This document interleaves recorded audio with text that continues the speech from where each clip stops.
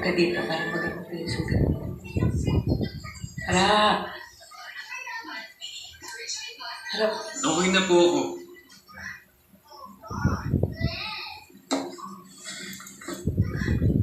Harold! Harold! Mara, ilan mo muna yung anak mo.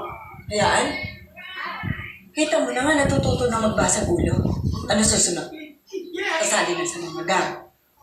Medyo ikaw lagi niya kasama. Bantayan mo naman. Alam ko ang lahat ng ginagawa ng anak mo ikaw, alam mo ba kung pangilang basa ulo niya na yan? Alam mo ba kung bakit siya inaaway, kung bakit siya binubuli? Dahil sa'yo. Dahil sa pagsuporta mo sa mga rebelde. Dahil sa pagiging rebel sympathizer mo. Hindi ko sila sinusuportahan, lalo na sa mga maling gawain nila.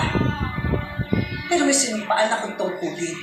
Kasama doon ang pagpapatupad ng kapayapaan. Paano mo ibibigay ang kapayapaan na yan kung mismong pamilya mo ang ginugulo niyan? Kung talagang iniisip mo ang kapakanan ng anak mo, Amara, itigil mo na yung laban mo. Anong mundo ang iiwan ko sa anak ko kung gagawin ko yun? Kung mananahimik ako, Napakatindi mo. ang sugat niya maghihilom. Napahit-pahit na dito Pero kapag agad. nawala na siya ng tiwala sa Okay ka lang? hustisya, hindi na babalik yun kailanman. Kunin mo yung... Water. Kailan niyo ba maiintindihan na para sa inyo ang ginagawa ko? Gusto mo ba,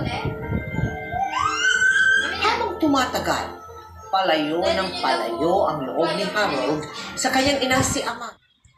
Hello guys, mga ka-MPK, mag-subscribe na sa 3rd anniversary ng Magpakailanman Entertainment. I-click natin yung subscribe channel, i-like sa Facebook page, i-tweet sa Twitter, i-follow lang sa Instagram, at mga social ng mga media accounts. Maraming salamat po mga ka-magpakailanman.